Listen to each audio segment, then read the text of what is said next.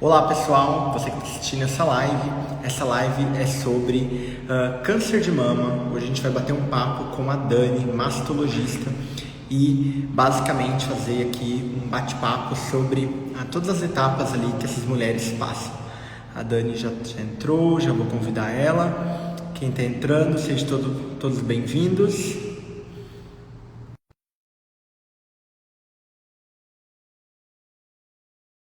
Fiquem à vontade.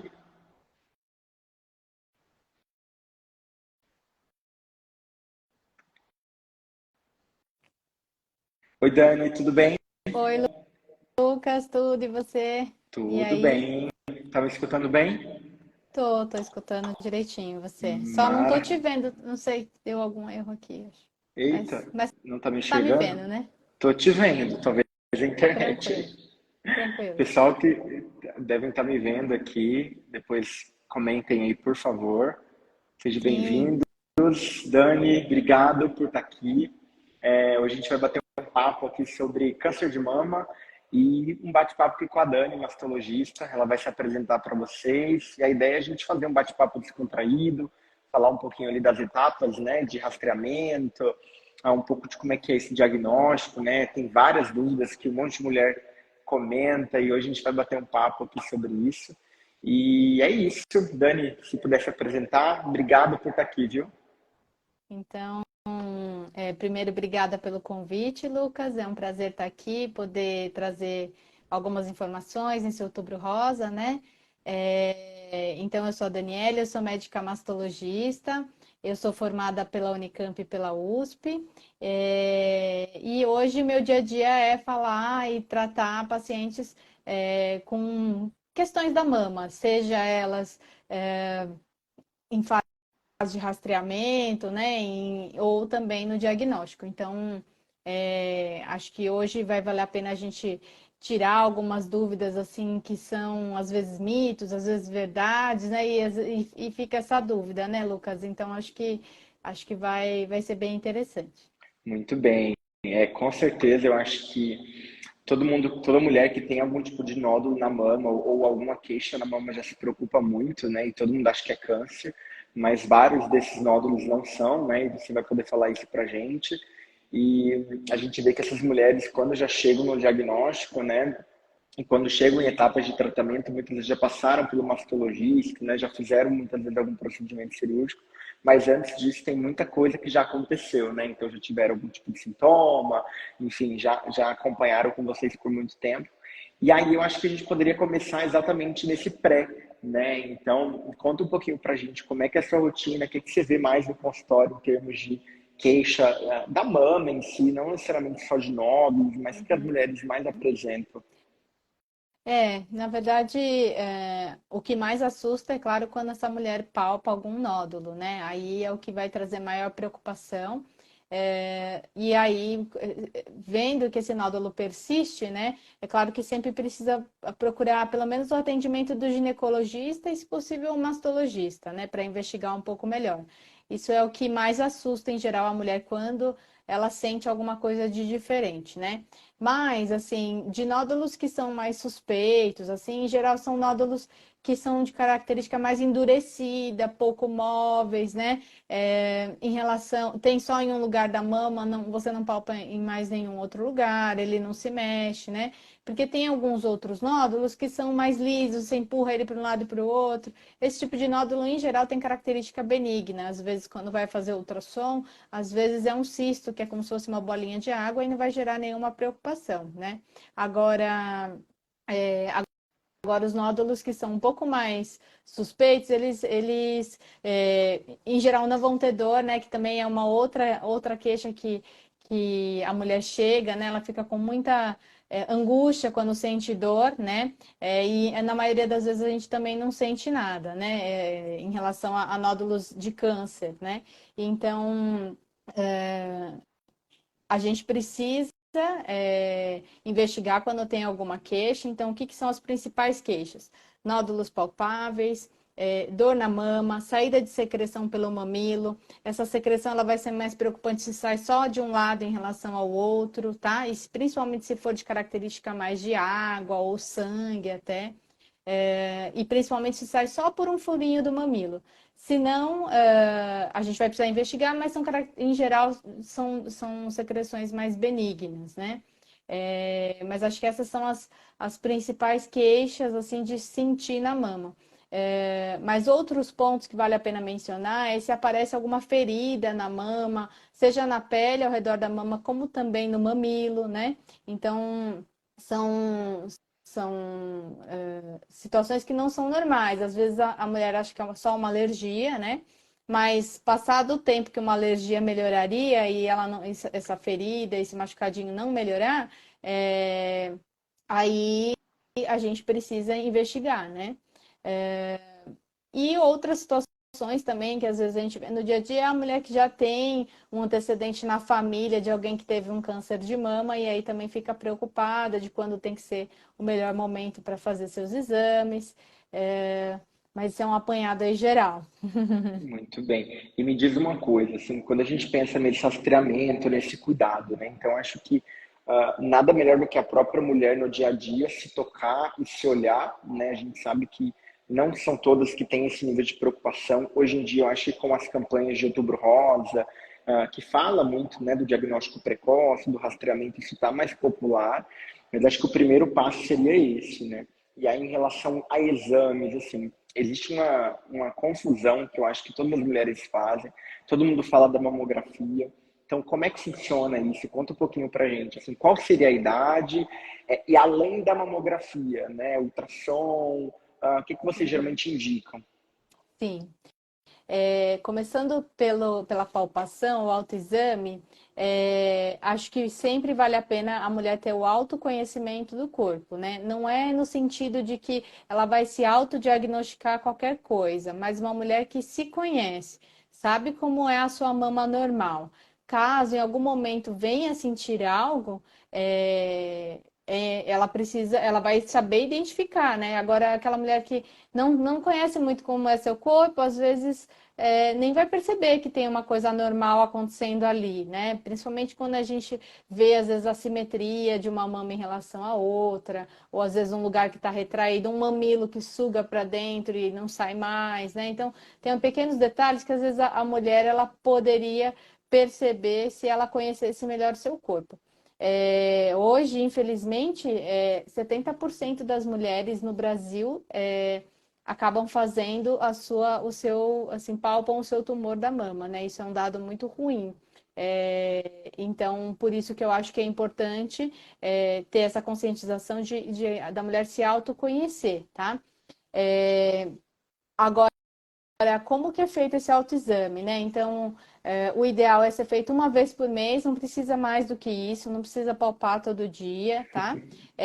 Um bom lembrete para aquelas mulheres que menstruam é a própria menstruação, então, a hora que desce a menstruação, no final da menstruação, você faz a palpação da mama, que é o momento em que a mama também está um pouquinho mais amolecida, está menos inchada, né? Porque no pré-menstrual ela fica mais inchada, às vezes dá a falsa impressão de ter nódulos, e às vezes não é nada, né? Então, o momento do final da menstruação é o melhor. Agora, para quem não menstrua mais, a própria.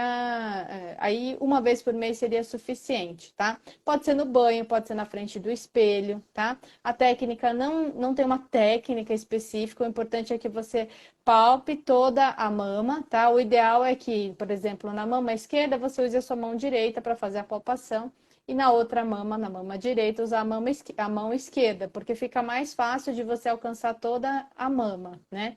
Então, mas não importa se você vai fazer de cima para baixo, de um lado para o outro, circular. O importante é que você passe pela mama toda, né? E uma vez por mês é suficiente. Sobre rastreamento, o que é rastreamento, né? Então, é a gente fazer exames em mulheres que não sentem nada, que é a maioria da população, né? Então, a gente iniciaria para uma população geral que não tem um alto risco familiar, genético para um câncer de mama. Aí, se a gente iniciaria a partir dos 40 anos com mamografia. A mamografia é o único exame que mostrou redução de mortalidade quando feito sistematicamente, tá?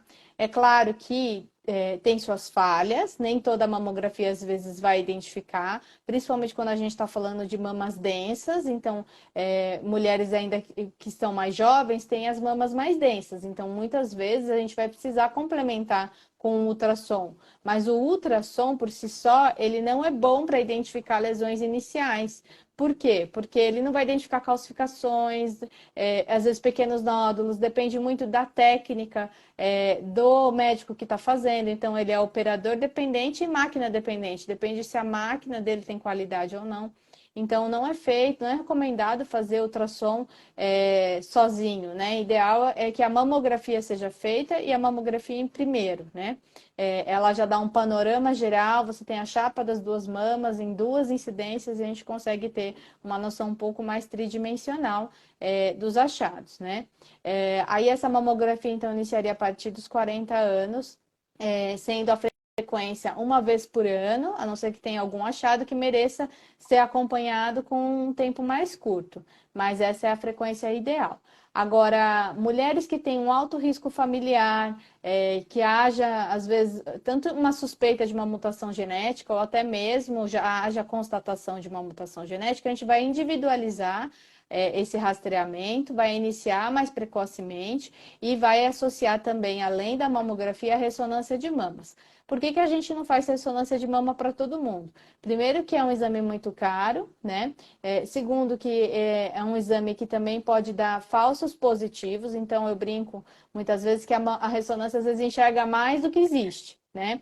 Mas é claro, Até o se que é um não exame precisa, né? até o que não precisa. Muitas vezes a gente faz, acha ali, não tem como ignorar o achado, daí tem que ir atrás, fazer ultrassom, biópsia, às vezes não é nada, gera uma angústia, ansiedade, e às vezes era uma alteração benigna mesmo, de fase, às vezes, do ciclo hormonal dessa mulher. Então, a gente tem que selecionar bem para quem a gente vai indicar a ressonância de mama, tá?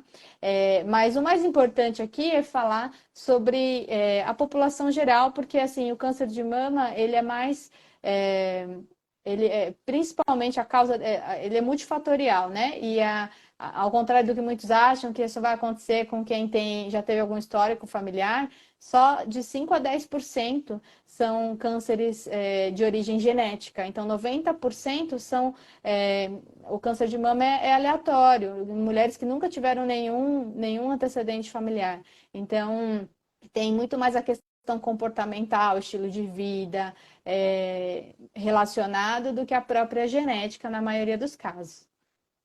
Tá, muito bem. Me tira uma dúvida. Tem casos onde, por exemplo, e aí, assim, eu vi um desse semana passada e queria ver um pouco da sua experiência, assim, onde uma paciente de 50 e poucos anos teve ali, palpou o nódulo, foi indicado ali fazer a mamografia, e o ultrassom, mamografia não veio nada, e ultrassom veio um BIRADS 4, e aí foi indicada a biópsia, e, enfim, se confirmou um carcinoma, enfim. Uhum.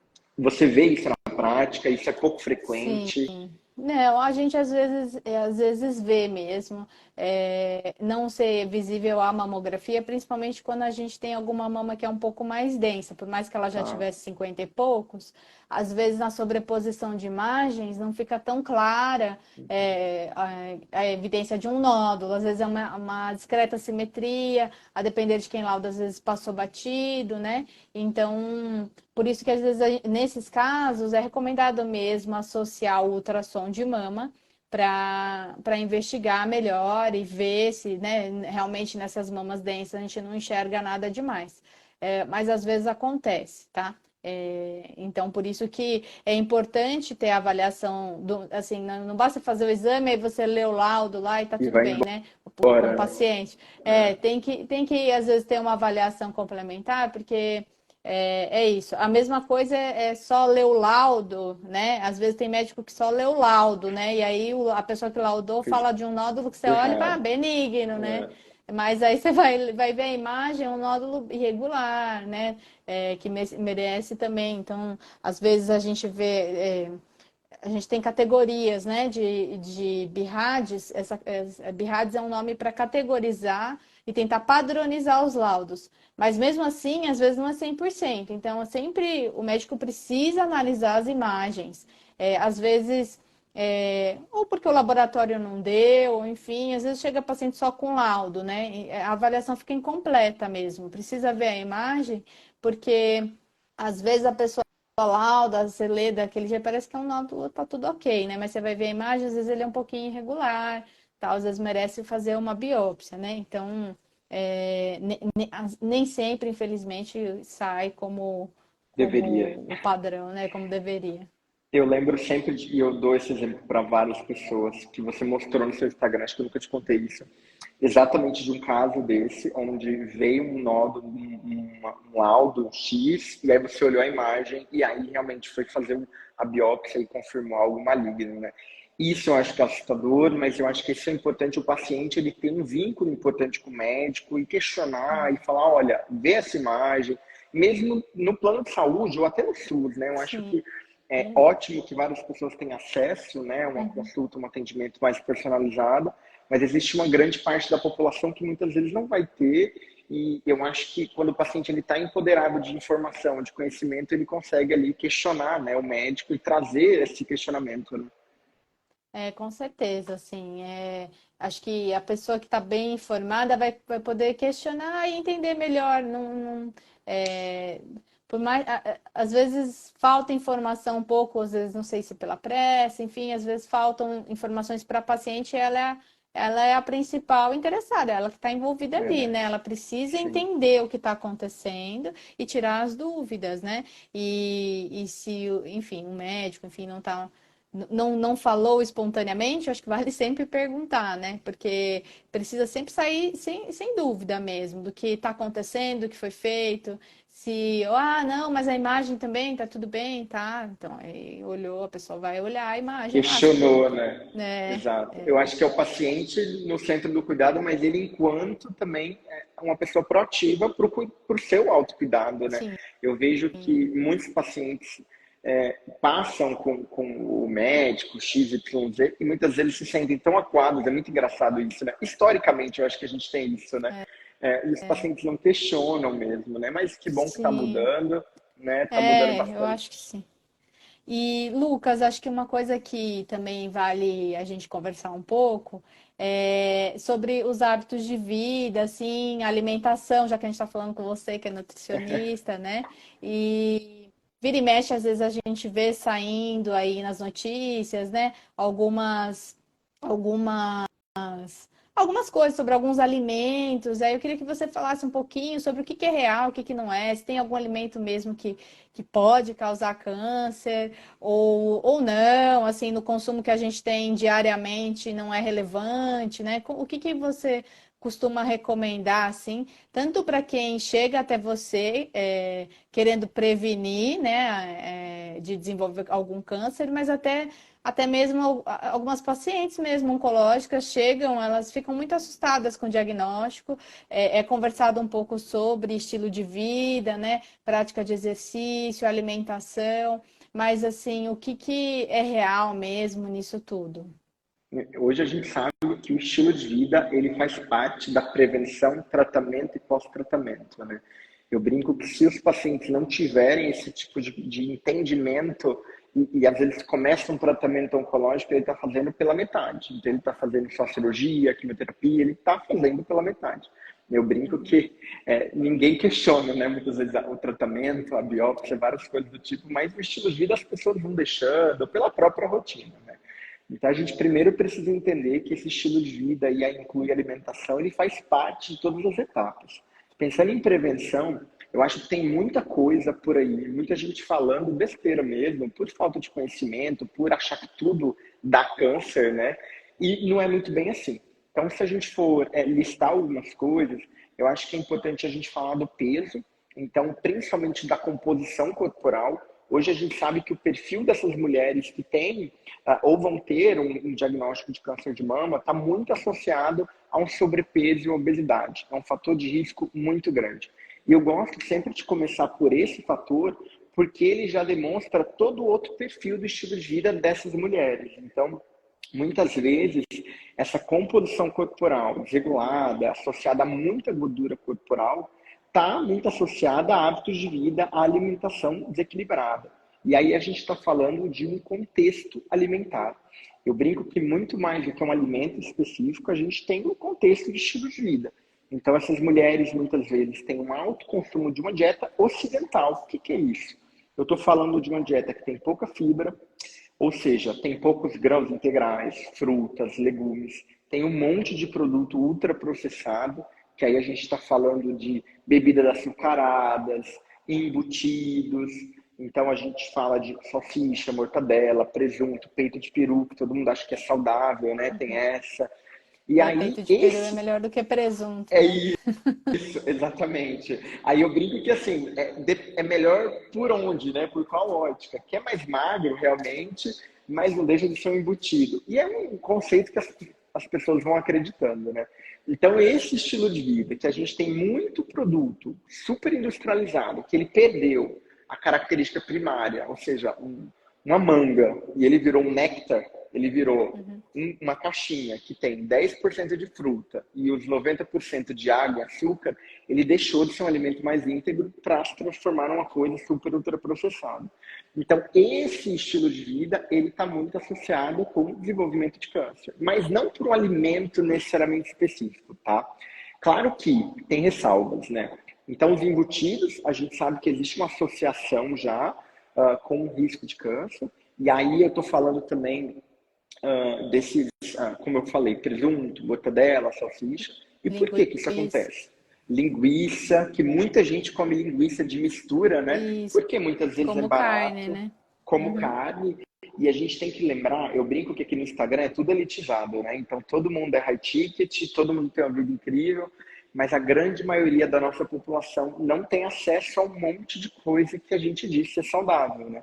E o produto processado da marca XYZ, ele tem até uma conotação de poder aquisitivo, né? Então, o paciente que muitas vezes tem é mais pobre mesmo, tem menos acesso, ele acaba comprando aquilo ali porque, putz, é mais saboroso, uma linguiça é mais saborosa, um cachorro quente, aquela coisa toda, né? Então, esses produtos, eles acabam sim estando associados.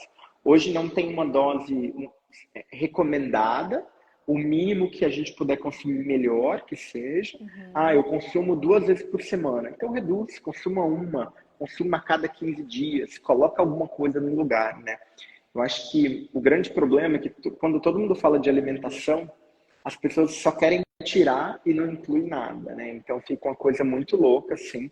Parece que todo nutricionista é restritivo e, Isso, enfim, corta tem uma tudo, corta corta tudo. tudo, né? E muito pelo contrário, né? Antes da gente tirar algo, a gente deve incluir algumas coisas, porque no geral está faltando o básico. A pessoa não toma Uhum. água, não come fibra, não come vegetais, não come fruta. Então a gente Fibra, o que que inclui, você acha que seria, assim, só para as pessoas saberem? porque a gente fala fibra toda hora e esquece de explicar. Então quando a gente tem que lembrar que fibra, ele é um componente que tem no alimento, tá? E ele tem em vários tipos de alimento. Então, nas frutas, nos vegetais, e aí eu posso dividir nos legumes, tipo abobrinha, berinjela, abóbora, e nos vegetais mais folhosos, alface, Hum. couve, rúcula. E também a gente tem ali nos grãos integrais, né, cereais também, então arroz integral, por exemplo, e Tá. nas leguminosas. Então, o que que é leguminosa? A gente está falando de feijão, lentilha, grão de bico. Então, quando a gente consegue estruturar minimamente uma refeição com esses alimentos, eu estou trazendo fibra. Ah, Lucas, mas de manhã, como é que eu ponho fibra? Então, um pão integral, por exemplo, uma tapioca Uhum. que a gente coloca uma semente de chia, uma farinha de chia, uma farinha de linhaça, um tomate que você joga lá dentro do pão, da tapioca, enfim, de alguma coisa. Então, as pessoas começam a achar que é o carboidrato, né? Que é o vilão, que é o inferno na vida das pessoas, e não é. Na verdade, Uhum. é a desorganização do prato, né? A desproporção ali. Às vezes tem muito carboidrato, pouca fibra, e as pessoas começam a errar, enfim, a comer isso por muitos anos. Eu acho que só, antes de passar a palavra para você, eu acho que o tempo de Uhum. exposição é muito importante, né? Então, Tá. a gente fala de alimentação, a gente pode falar da salsicha, por exemplo. Mas quanto tempo esse indivíduo comeu, foi exposto àquele consumo? Eu falo isso porque toda hora na internet tem um alimento que causa câncer, um componente, Ah. O o último foi a Coca mercúrio, Zero, né? a Coca Zero, o adoçante, várias coisas. Mas É, o quanto tempo, adoçante. por qual frequência, né, as pessoas estão expostas? Então, para quem é leigo, né, que não é profissional da saúde, todo estudo ele considera o tempo de exposição a determinado alimento. E fatores como peso, altura, sexo, escolaridade. Então, todo estudo para associar um risco a um determinado alimento, ele considera tudo isso e o tempo que o indivíduo está exposto. Por isso que tomar coca um dia não causa câncer, comer hot dog um dia no mês não vai causar câncer. Quanto menor o consumo, melhor. Então, a gente tem que levar isso em consideração. É o mesmo também quando a gente fala de bebida alcoólica, né? Bebida alcoólica também não tem. A gente sabe que há um risco associado e quem consome com frequência, né? Mas também não tem uma dose certa, né? De quanto seria o ideal ou o Eu seguro, brinco digamos assim, que né? não tem dose segura, né? Tem uns É, trabalhos que mostram que conforme aumenta a dose, e aí de qualquer bebida alcoólica aumenta o risco. Tem gente que, eu vou tomar gin, eu vou tomar vinho, eu vou tomar, uhum, porque vinho, não, vinho só é mais gourmetizado, sim, mas tem álcool do mesmo jeito. E aí uhum, esse álcool, ele é metabolizado e gera um composto tóxico pra gente, que pode gerar dano no DNA.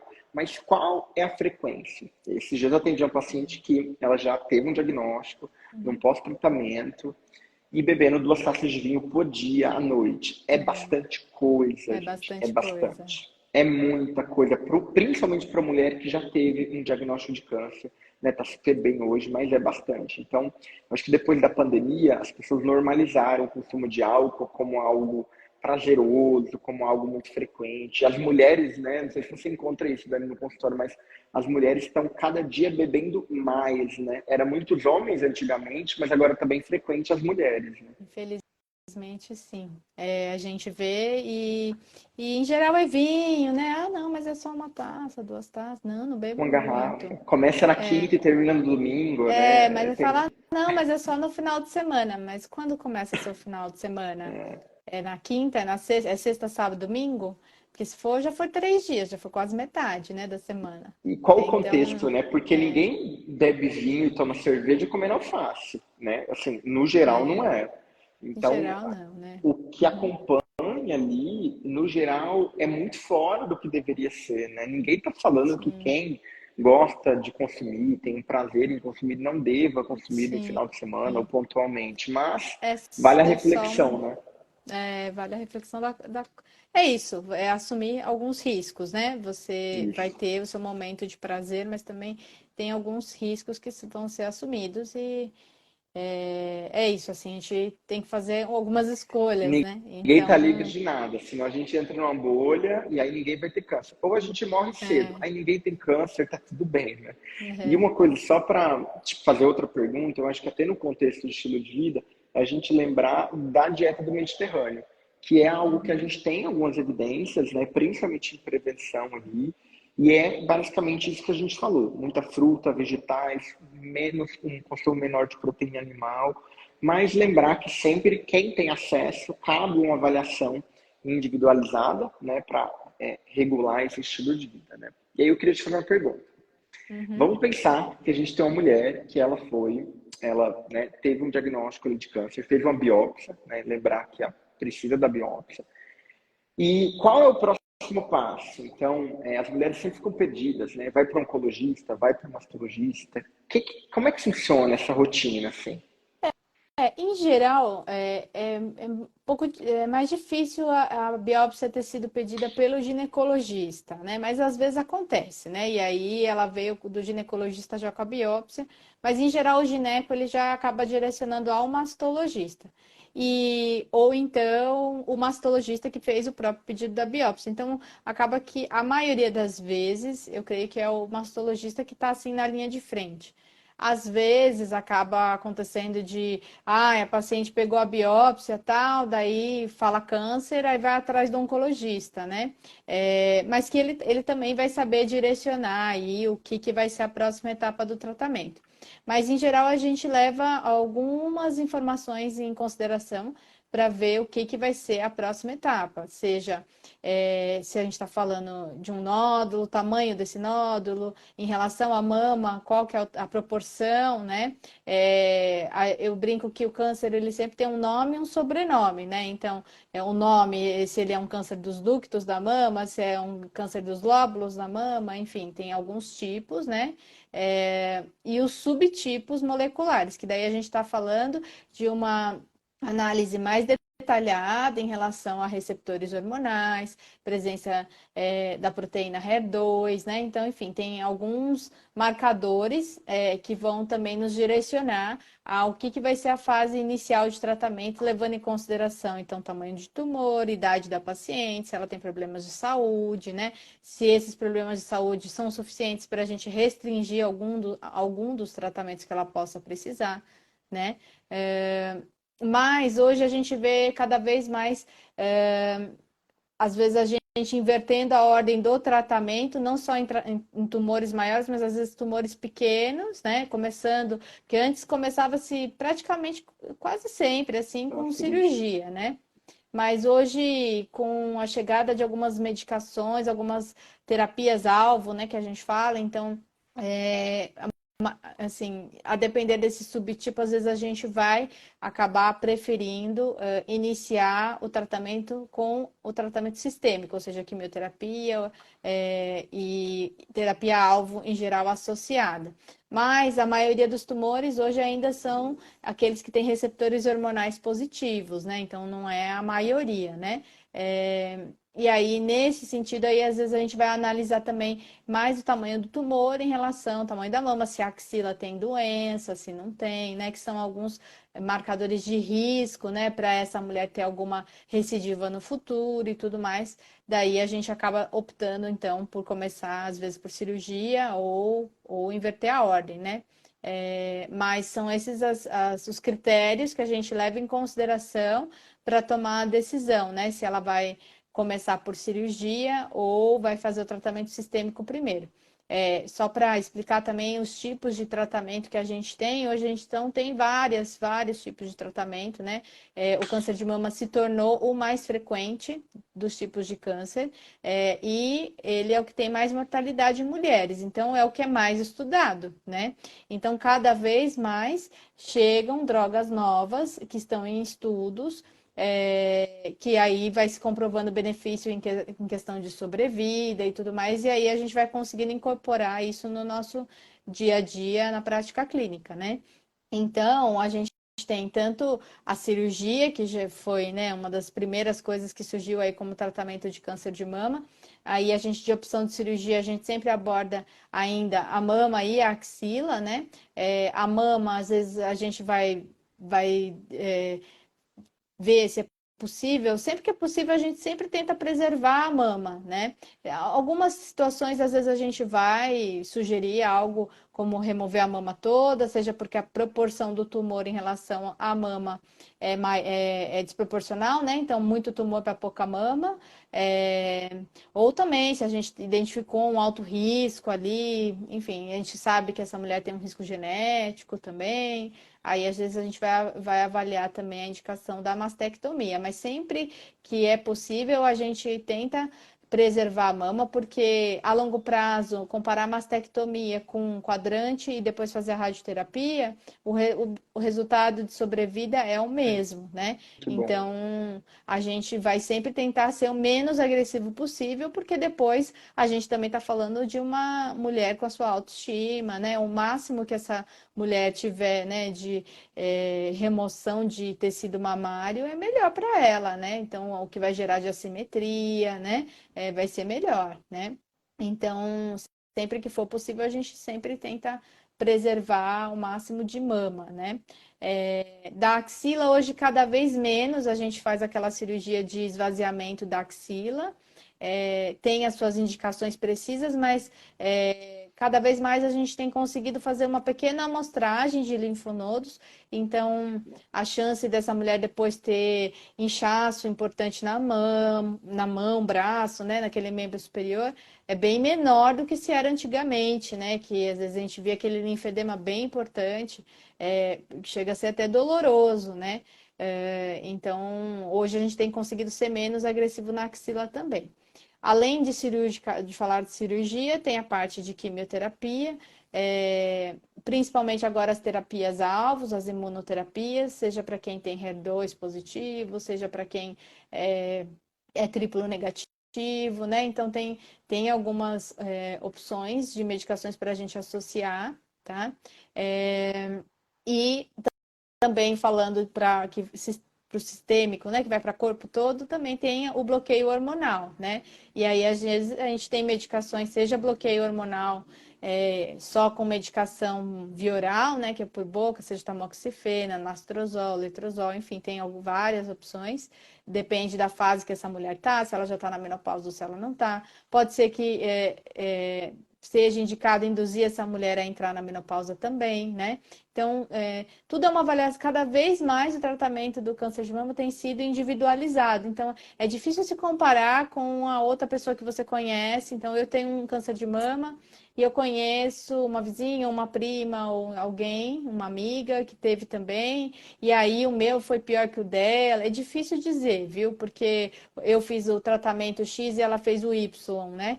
Então, não necessariamente até quem fez mastectomia, por exemplo, não significa que teve um tumor pior do que quem tirou um quadrante, não necessariamente, entendeu? Uhum.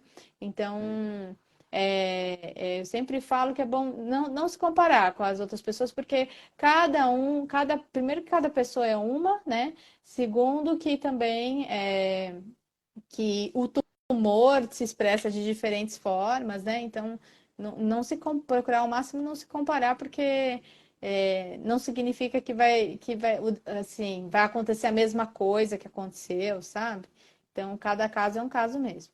E, por fim, a radioterapia, né? Que é uma outra forma de tratamento local do câncer de mama, em que a mulher é exposta por uma dose de radiação exclusivamente ali na mama por cerca de 10, 15 minutos por dia, aí vai variar a quantidade de sessões, né? Tem gente que em 15 sessões vai estar pronto, tem gente que 25, depende de como é feito o protocolo ali do fracionamento, mas em média é isso, né? Então, essa para você ver quantas opções a gente tem, né? Então, a gente tem muitas cartas na manga, né? Então, apesar de ser difícil receber um diagnóstico de um câncer de mama, eu sempre tento mostrar quais são as opções que a gente tem, que são muitas, né?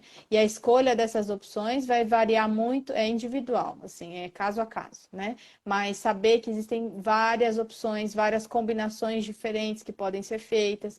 Então, apesar de ser um pouco apavorante receber o diagnóstico, assim, não houve nenhuma sentença, né? Hoje, cada vez mais, até pacientes que têm metástases mesmo, é, é, tem sido visto mais como até uma doença crônica, né? Sim. Como da mesma forma que uma pessoa tem diabetes ou pressão alta, toma uma Isso. medicação todo dia, né? A gente vê vários pacientes metastáticos que não sentem nada, né? Então, Que ótimas fazem seu tratamento e eles estão mais saudáveis até que a de todo o gente. resto.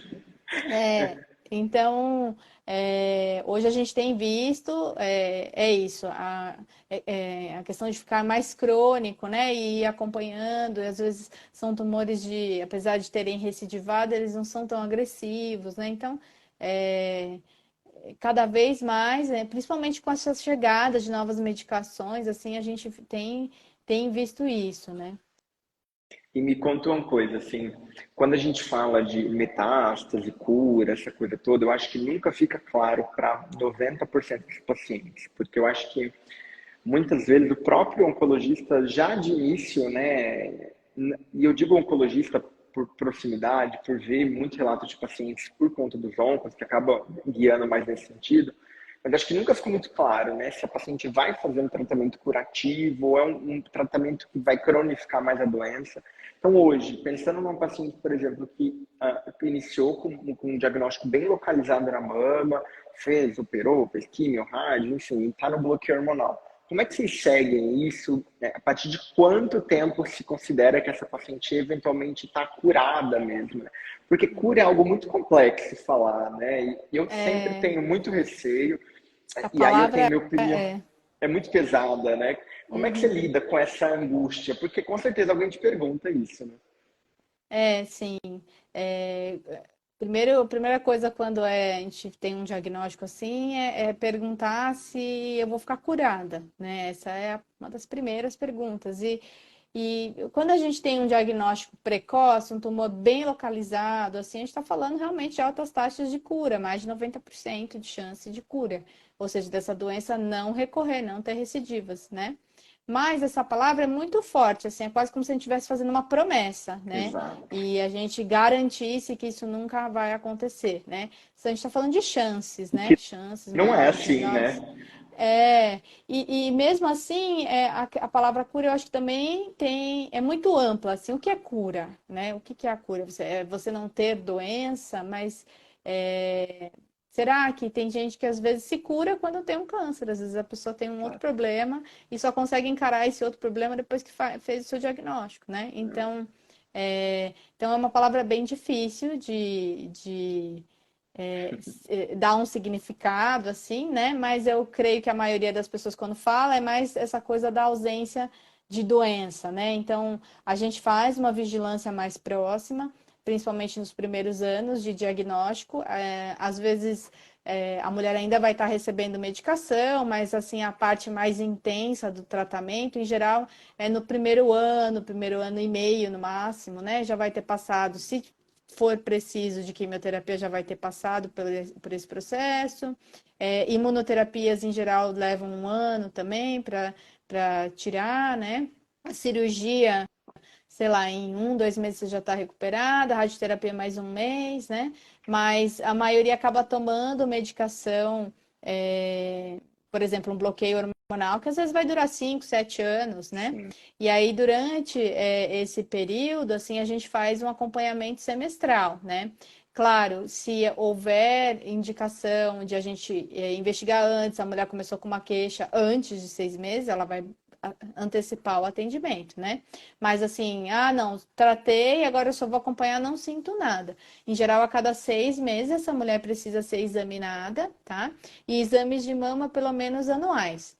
Aí vai variar também a frequência, né, desses exames. Se a gente vai antecipar, fazer mamografia com mais frequência ou até associar uma ressonância, a depender de vários fatores, idade, densidade dessa mama, se é uma mama muito densa, se é uma mama já mais gordurosa, né? Enfim, se é uma mulher pós-menopausa, enfim, a gente avalia outras coisas para ver se vai associar mais exames, né? Mas de maneira geral, ela precisa ser examinada por um médico a cada 6 meses.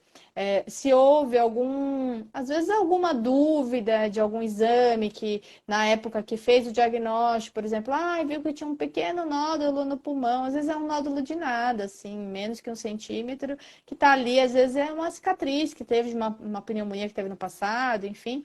Às vezes o oncologista vai pedir para fazer exames com um pouco mais de frequência, até que se tenha certeza do que é a natureza daquilo, né?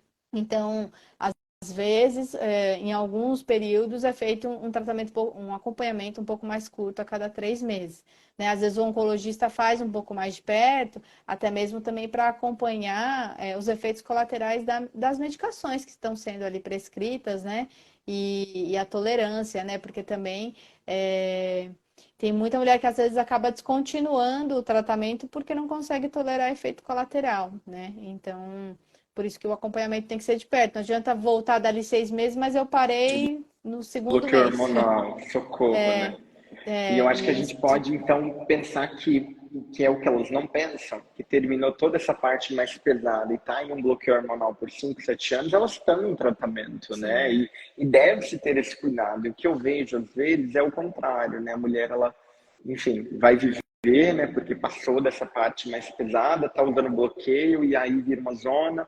E aí, no fim, não cuida do estilo de vida, né? Às vezes nem faz acompanhamento direito ali com a equipe médica, né? E, teoricamente, essa pessoa não terminou, né? Ela está tratando, ela está usando uma medicação que pode interagir com várias coisas. E aí eu acho que nesse tempo que entra a confusão da cura, né? Porque a gente sabe que muitas vão usar o bloqueio hormonal por muito tempo e vão ficar livres de doença e vão ficar bem. Mas tem casos que não vai acontecer isso, né? Sim, sim. É, por isso que precisa o acompanhamento, e às vezes o acompanhamento médico não é só também para ver se a doença voltou ou não voltou, mas também para ver como essa mulher tá, né? Se ela tá conseguindo se adaptar, né, ao tratamento, porque não é um tratamento fácil, não. Não. Assim, é,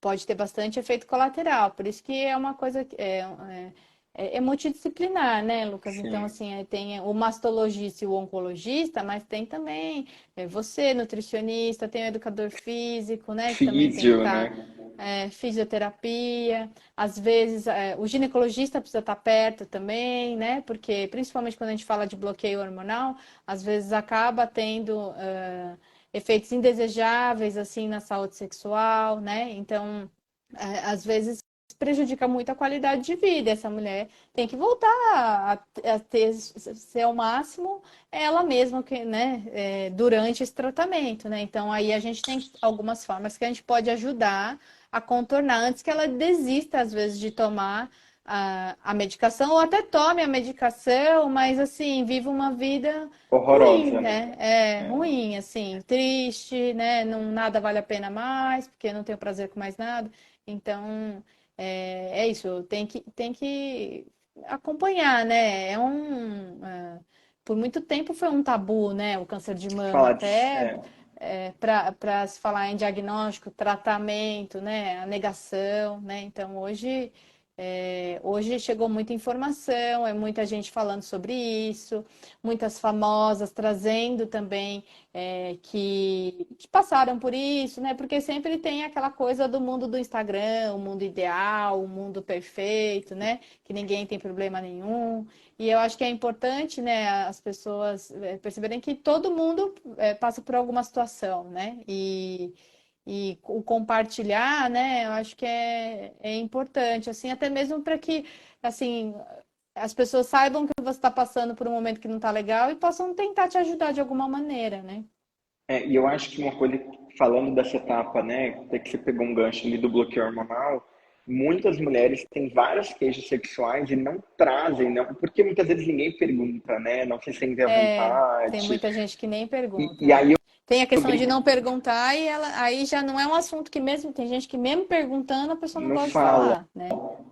e a vida às vezes está horrorosa e ela não contou. E aí conta um pouco pra gente disso, pra gente caminhar pro final, assim, hoje, pensando na mulher que tá num bloqueio hormonal, que a gente sabe que elas podem ter ressecamento vaginal, elas têm queda de libido, enfim, várias coisas que muitas vezes até durante o tratamento mais pesado elas já têm, muitas vezes não têm uma prática sexual por vários motivos, né? E aí chega num pós ali, vai pro bloqueio hormonal e muitas vezes piora a situação.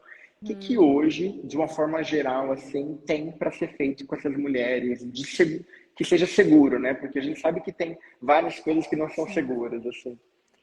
Infelizmente, repor hormônio em mulher com câncer de mama fica proscrito, assim, contraindicado, né? Então, às vezes, a mulher faz o diagnóstico, está numa terapia de reposição hormonal na menopausa, e aí vai enfrentar tanto a ausência da reposição hormonal que ela estava precisando, como o contrário, né? Que é o bloqueio hormonal, que é intensificar ainda mais esses sintomas, né? Então, a gente tem quando a gente fala de sintomas gerais, assim, de menopausa, onda de calor, noites mal dormidas, tem algumas medicações ansiolíticas que podem ajudar nesses sintomas, tá? Tem gente que não quer tomar esse tipo de medicação de jeito nenhum, mas às vezes, por um período de tempo, às vezes, né, uma fase ali transitória para te ajudar, né, a resolver, não pensando que você está depressivo por conta, né, de qualquer coisa, mas mais para controle de sintoma mesmo, de onda de calor. Tem algumas medicações que têm evidência de melhora.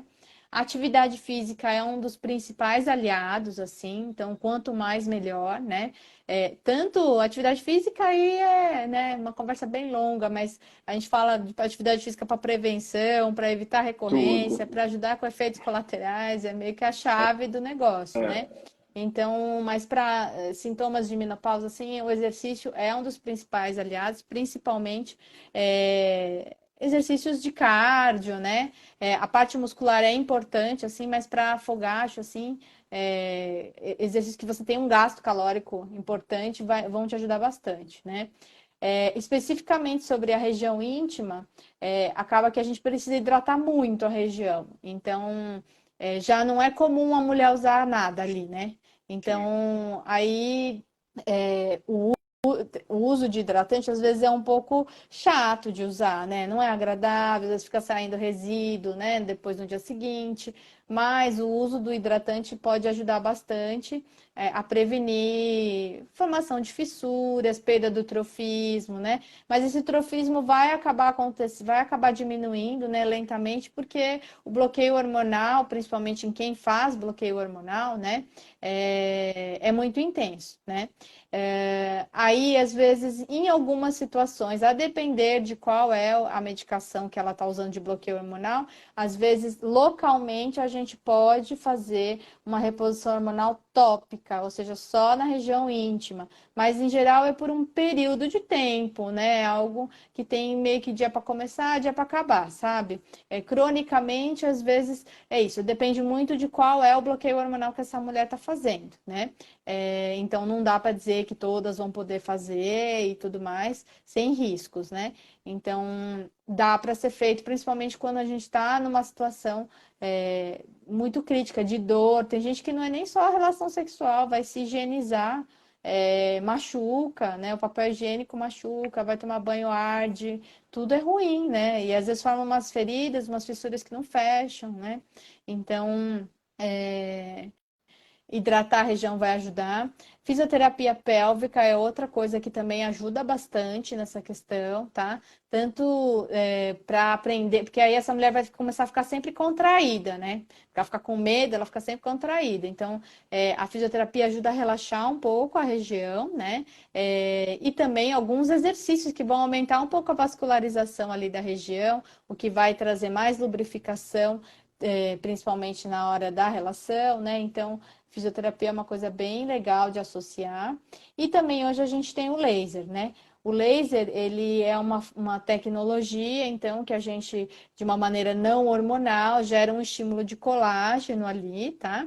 Tem vários aparelhos, vários, né, assim, tem CO2, tem Erbium, né? Mas tem radiofrequência também, mas nenhum deles é considerado, assim, em estudos, assim, nenhum é muito superior ao outro, assim, né, dessas tecnologias, mas desde que feitas adequadamente, com intervalo de tempo adequado e acompanhamento, né, porque também às vezes faz 3 sessões, às E vezes vai tem uns embora. protocolos, e às vezes também tem uns lugares que faz uns negócios meio nada a ver, assim, quer fazer um monte de sessão, porque às vezes a paciente está ansiosa, tal, quer fazer uma a cada semana, isso aí pode mais prejudicar do que ajudar, né? Então, a gente tem que ter um acompanhamento no prazo certo, em média 1 mês, 45 dias entre as aplicações, é,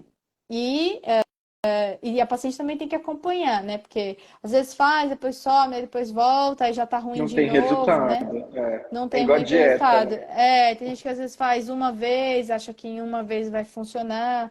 E, em geral, a gente precisa, quando a atrofia é um pouco mais intensa, às vezes de 2, 3 sessões, né? Para ter um pouco mais de estímulo de colágeno. A pele, o que eu falo, eu explico até para os pacientes, eu em geral faço até um desenho, né? Que a vagina é como se fosse uma sanfona, né? Quando a gente ainda está na época que nossos hormônios são normais, enfim, antes da menopausa, antes de qualquer tratamento de bloqueio hormonal, é como se fosse uma sanfona, então ela tem uma elasticidade, ela estica, ela volta, né? A mulher é capaz de ter um parto via vaginal ali, porque estica bastante a ponto de passar uma criança, né?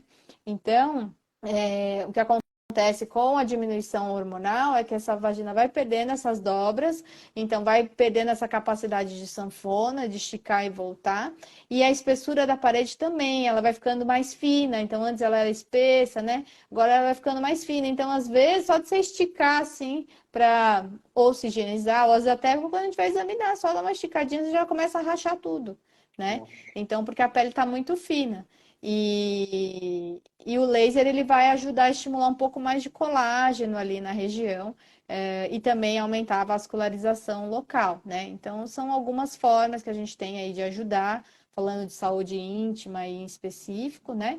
Mas É isso, assim, e também da parte geral de ondas de calor, dor no corpo, né? O exercício vai ajudar bastante na dor no corpo, que algumas medicações trazem, né?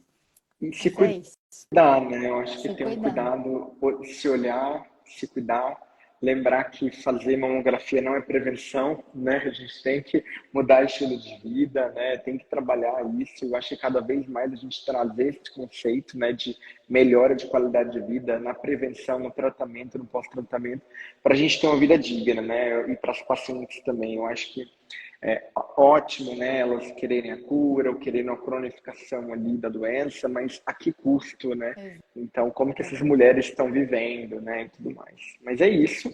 Queria agradecer você por ter vindo aqui. O pessoal que entrou, Obrigada, todo Lucas. mundo mandaram vários comentários aqui, depoimentos. A gente está Eu muito acho que tinha feliz. até pergunta aqui, não é? Você chegou a Deixa eu ver? achar aqui, peraí. Deixa eu ver aqui. Deixa eu achar também.